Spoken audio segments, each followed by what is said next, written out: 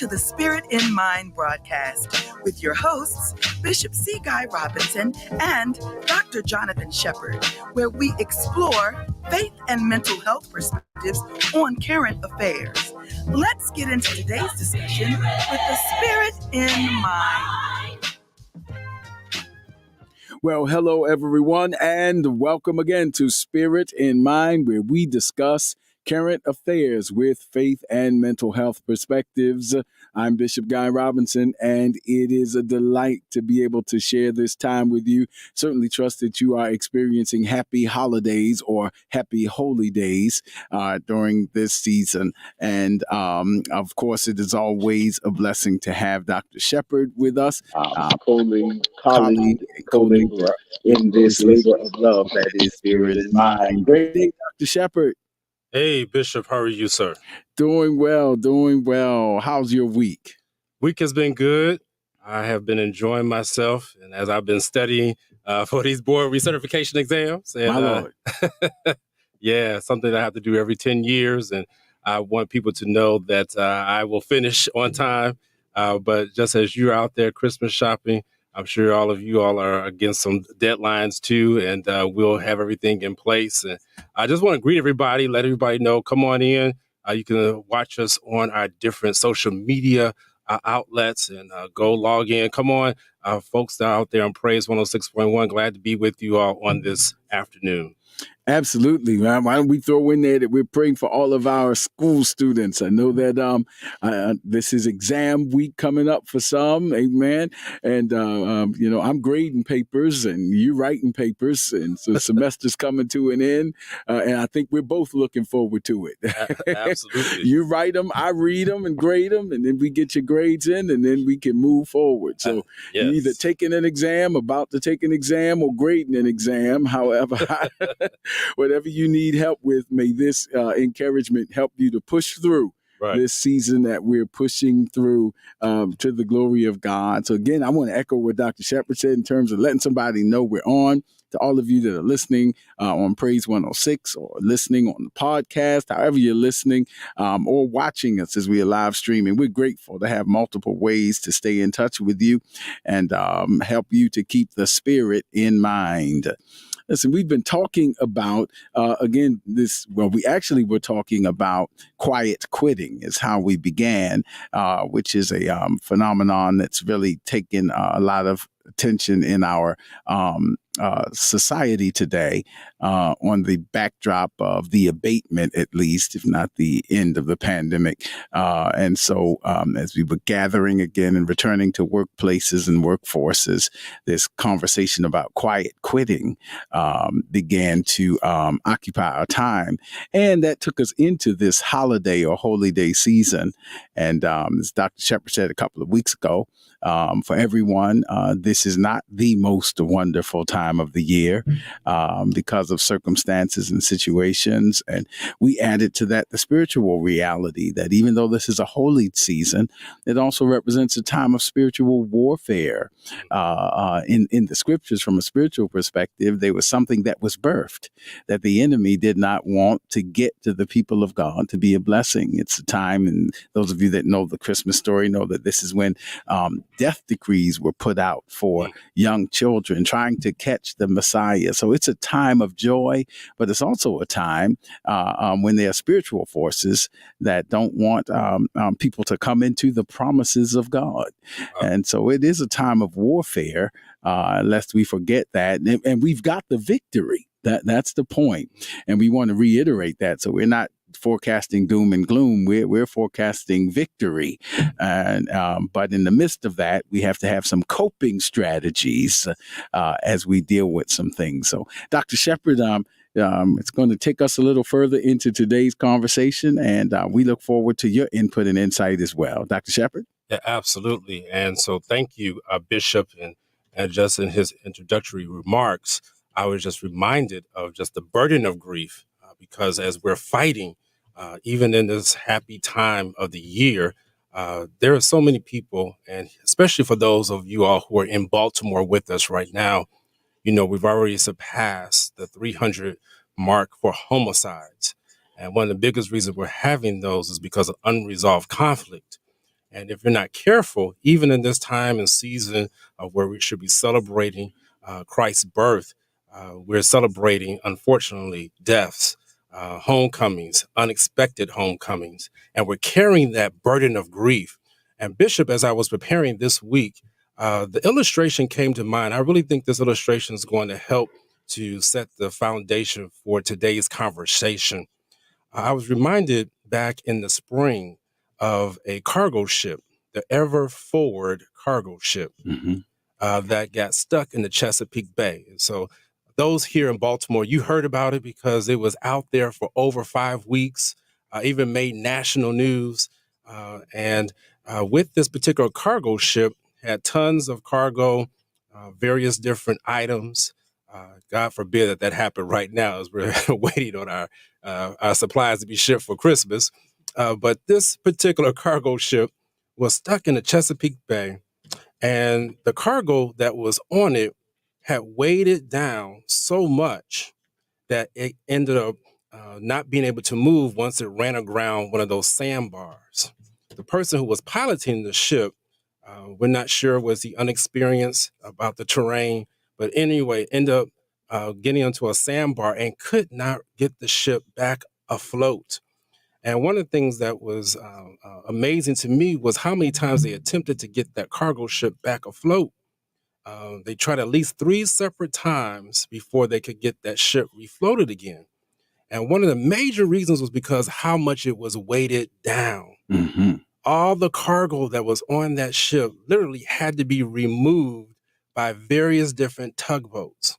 And tugboats were required to get that cargo off so the ship could refloat again. I know you all out there know where I'm going, and I'm sure Bishop knows where I'm going. Again, with the quiet quitting, with the grief, some of us need to unload the grief this season. In the next 3 or so weeks that we have before going into a new year, it's time to unload that cargo of grief that's been weighing you down.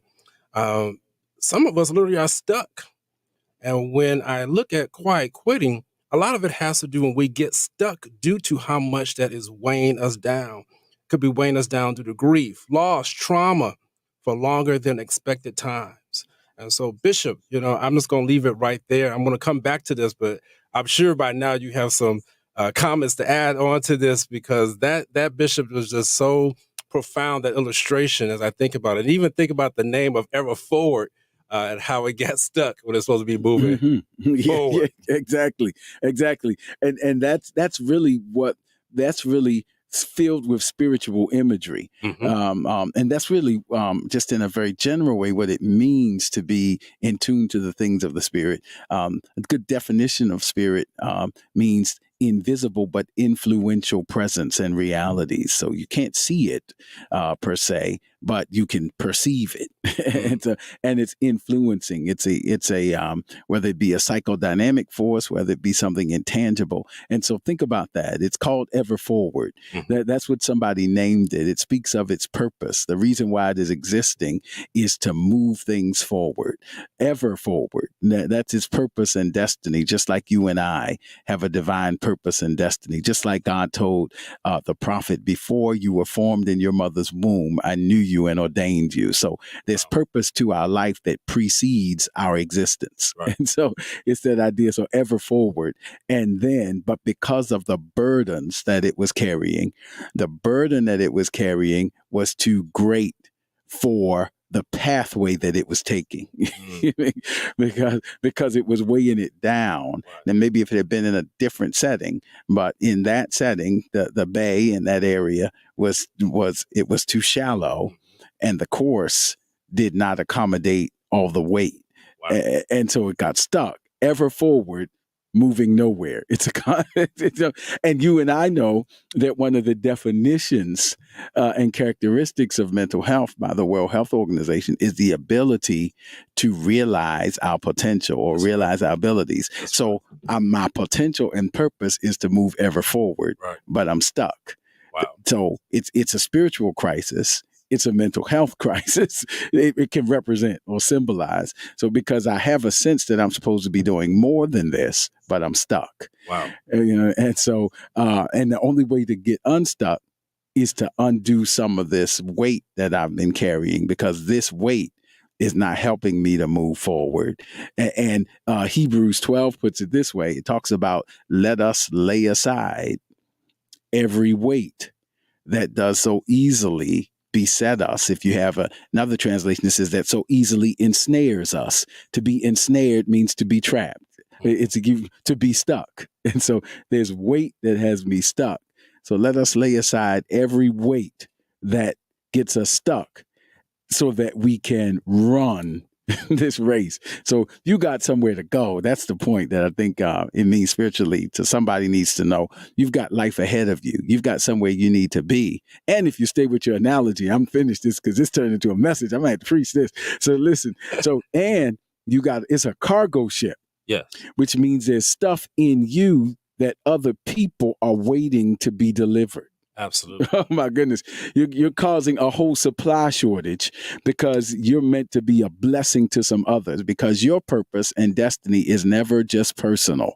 It's always corporate. Because again, we know continuing the definition of mental health includes being able to make contributions to something, our community larger than us. So there's a community that's waiting on you to become all that you are purposed and destined to become. So you got to unload it for you, of course, but you also got to unload it for your family and for those in your community and for those who need you to become what you're called to become, because it inspires them as well. So there's a whole lot riding on this. So you got to get this weight off of you. Wow. Please come on, chime in with us while we're online, live streaming here. We want to hear from you. Bishop, I'm staying there because as you were saying that, it reminded me that even on various course of actions, so I'm sure this cargo ship had floated and had delivered cargo before. This was not the vessel's initial run. Mm-hmm. And because the pilot of that ship didn't understand the terrain, now that's what ended up causing that shipwreck, or I won't say shipwreck, but that ship running across that sandbar and getting stuck. And what it was telling me is that, wow, we really have to know how we're being led and where to be able to go as we're carrying that cargo that's so precious, as you just described, because that cargo was going somewhere to help someone else. But, as we're preparing for 2023, you need to check yourself on what course of action you're on. Because some of the courses of actions that we're on is not the right one. And that's why we have run across the sandbar. We don't understand the terrain. Now, again, it's very interesting here. The second point I was going to bring out, Bishop, they just prosecuted that pilot of the ship just a few weeks ago, less than a month ago. That's interesting that it took, that was back in April, May, I think actually March and April. And now here we are in December, almost 6, 7, 8 months. It took that amount of time to be able to figure out what to do with that person. What that told me is that there's going to be some lingering consequences at times when you have gone awry. And sometimes you go awry, and depending on what lane you're driving in, you're like, man, I got away with this one. It's 7, 8 months down the road, and you say, okay, well, everything is okay now. And then here they come after you to prosecute you. Or it could be you didn't realize how much this thing really affected you. There's another lane I'm driving down, and now 6, 7, 8 months down the road later, you're like, wow, that thing now is really sticking with me. And I know many of you all feel like that because that's what happens with grief. Many of us were not experiencing the same symptoms of grief from that initial reaction, from that initial loss. And so, Bishop, that was just so profound as we think about the people, even including myself. What happens when we find ourselves stuck on a sandbar? In this case, the person is going to be prosecuted. But some of us got stuck not because of our fault, but because we didn't understand the terrain that we were navigating in. And again, that's a whole other message, even in itself. But what I also want to conclude my portion of comments is that the third point here, that you need someone else to help you to unload when you find yourself stuck. And that's one of the major reasons of why I'm going to stay here for 1 minute. You need to make sure that you have a spiritual leader. You talk about the Trinity. I've heard you talk about that, Bishop. You need to have Jesus, who is the burden bearer. But then you need to have a spiritual leader. You can't forget that. You need to have a pastor. And that person can help to remove that cargo that needs to be removed. And then you need to have an assigned mental health professional to help remove that cargo to refloat you again. All right. We talk a lot about replenishing and revival and reinvigorating. Some of us just need to be refloated again. And in order to be able to do that, we have to be able to inspect you. Because when that ship was refloated again, you have to be inspected to make sure there are no holes or damage. So that's why it's so important to be surrounded by good people. And that's one of the reasons for this show, to remind you not just to get back up and get going again, but you got to be inspected. Make sure that that trauma is not leaving any lingering effects so that you're able to move forward and keep moving ever forward. Absolutely. And assess the lessons from the experience. As we were talking, I just looked up in Washington Post, among others, reporting. And again, this isn't to vilify anyone, but my assignment is just strictly focused on lifting the spiritual principles out of this incident. And that's one of the roles of a pastoral figure, is that as we go through life, look at the scriptures, how God is using inspired men and women to interpret. I'll restore to you what the locust has devoured, and crop issues and socio-political things, and putting them in spiritual context, because we don't always understand what God is saying through our everyday lives. But God is a talking God, as I heard Bishop Jackie McCullough saying before. He talks, he still speaks, and even we sing that, still he speaks from eternity. And so he is a talking God. He talks through his word. He talks through things we go through.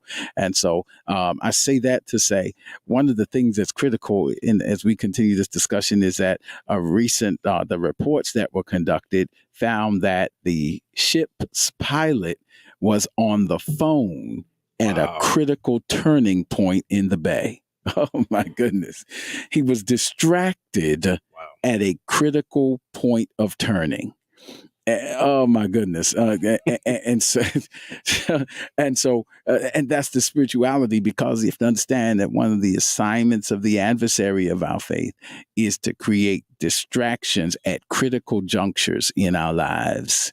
And that is really so that if he had been paying attention a little more, or had been a little more focused, there would be no need for the refloating.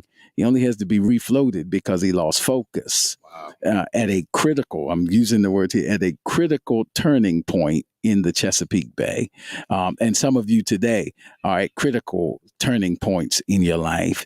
You're at critical points of navigating. You can't be distracted by things that drama and unresolved conflict. You got to get some conflict resolution skills so that you can talk through them, because you can't be distracted by the drama and what it's doing and getting you riled up, and your sympathetic nervous system is in overdrive.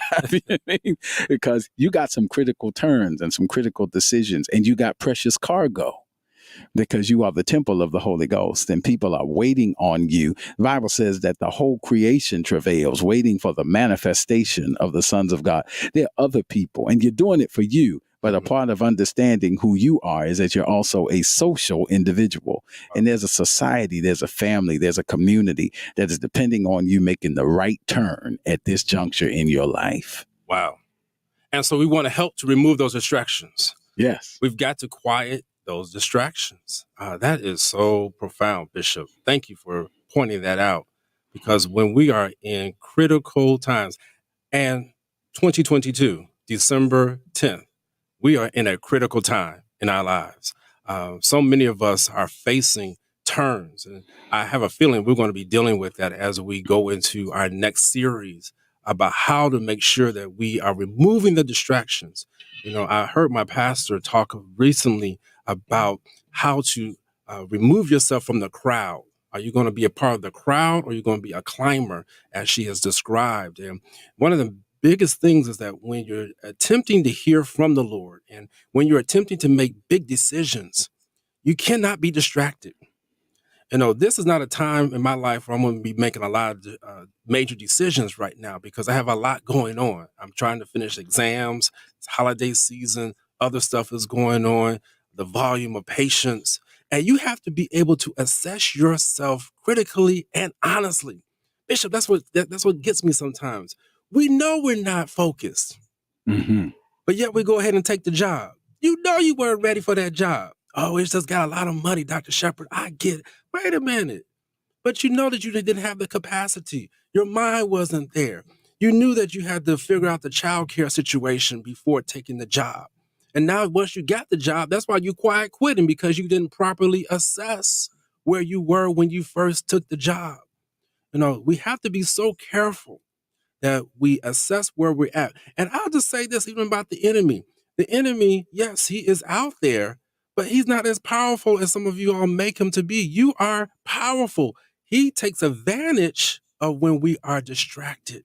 That's why it's so important to be able to keep your mind stayed on him. That's why it's important to keep your mind focused. And so you reduce that noise. But I challenge you even today. Some of you have some major decisions that are going on right now in your life. And you need to properly assess, am I in a good space? Am I in a good headspace to make this decision? And if you're not, that's okay. All right? Give yourself some grace, because if you're not, you're going to be distracted and you're going to end up running against the sandbar. And hopefully we don't see you out there in the Chesapeake Bay, so to speak, because folks started coming out there. Remember that? Yeah. Looking. They started looking. People coming from miles away. Yeah. Just to look. Yeah. And that's a bad place to be at. The shame, the guilt, some of us, people just looking at us. That'll work right there, because you can't just confuse the spectators with the actual people who can help you. Look at that. Wow. Because some people can only look, but they can't help you get unstuck. So the people who were sent to get them unstuck were far fewer than the people who were standing by. Wow. And so oh my goodness. You'll have a lot of opinions and a lot of spectators, but you got to listen to and focus on the people who have an anointing to get you unstuck, who have the skill set. Wow. That's why you got to separate yourself from the crowd. Yeah. When you want to hear from God, when you want to hear and make decisions appropriately, you've got to separate yourself from the crowd, from the noise, so that you can get in a quiet place to hear the instruction, to hear what's being said to your mind, to speak to your mind. I've been saying that even in my sessions with people. I look at them sometimes and I'm like, I'm not speaking to your physical person. I'm speaking directly to your mind, because I need your mind to catch a hold of what is being said. And when you can speak to a person's mind, let me tell you, your emotions, your physical, social, spiritual, as we talked about with Sip and See, your spiritual, intellectual, physical, social, emotional, and even economical life will fall in order when you're able to remove those distractions. So I hope that you all are getting this illustration today, this analogy today. I know we're getting close to time. I think we have about 3 more minutes. And so, Bishop, this has just been real good today. Yes, we can.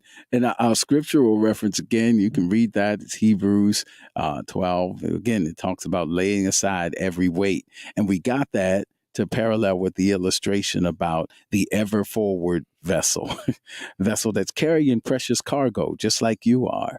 There's purpose, destiny, potential, abilities, talents, gifts packaged in you.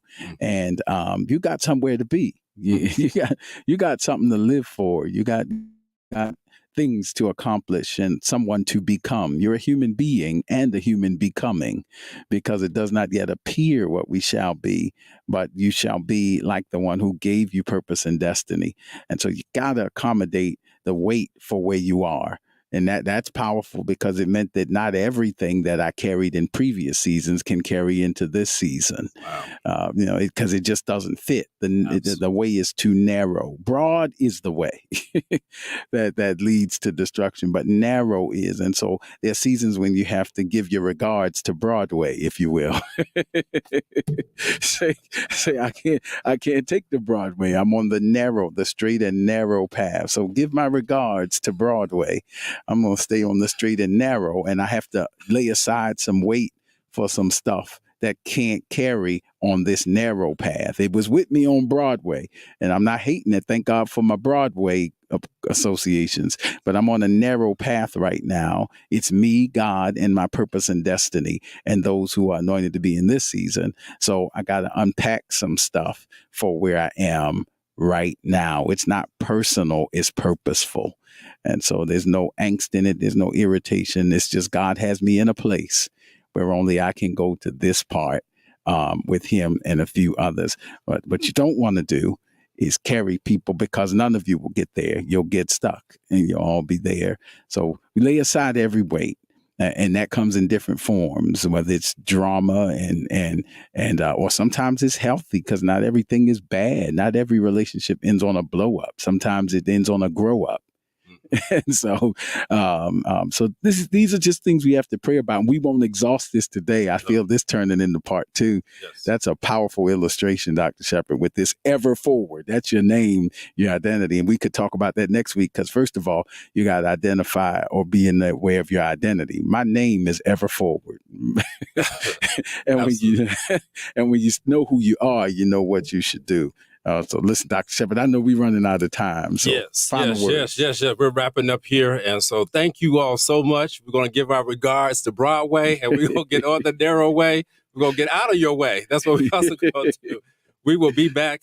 Please let somebody know that Spirit in Mind is on the air each Saturday live. Yes, we are live in the studio. We are live on Facebook, social media platforms. Please send your regards, your feedback. I'm loving the various messages that we're getting at. You can look us up. Pastor or Bishop is the pastor of the Tabernacle. There's his information there for those watching. Please reach out to him. And so reach out to me also on my various social media platforms. If you need some direct care services, I'll be glad to assist you in that endeavor, because we want to make sure that we're ignoring the distractions and getting back refloated and back to where we need to be at. Thank you, everybody. And we look forward to seeing you next time on Spirit in Mind.